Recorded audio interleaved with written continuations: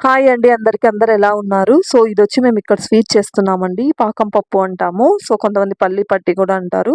So first దీనికొచ్చి water వేసి బెల్లం కరిగించుకోవాలండి stove మీద పెట్టుకొని.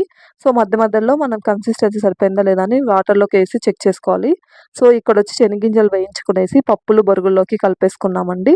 సో ఇక్కడొచ్చి బెల్లం నీళ్ళలోకి వేస్తే ఇలా ముద్దగా వచ్చింది కదా! సో అలా వచ్చినప్పుడు మనకు ఆ కన్సిస్టెన్సీ సరిపోతుందండి. బెల్లం వేడిగా ఉన్నప్పుడే మనం ఈ బొరుగులు అవి కలుపుకున్నాం గదా! శనగింజలు అవి వేసేసుకొని ఇలా మిక్స్ చేసేసుకోవాలండి. వేడిగా ఉన్నప్పుడే చేసుకోవాలి. చల్లబడినప్పుడు బాగుండదు.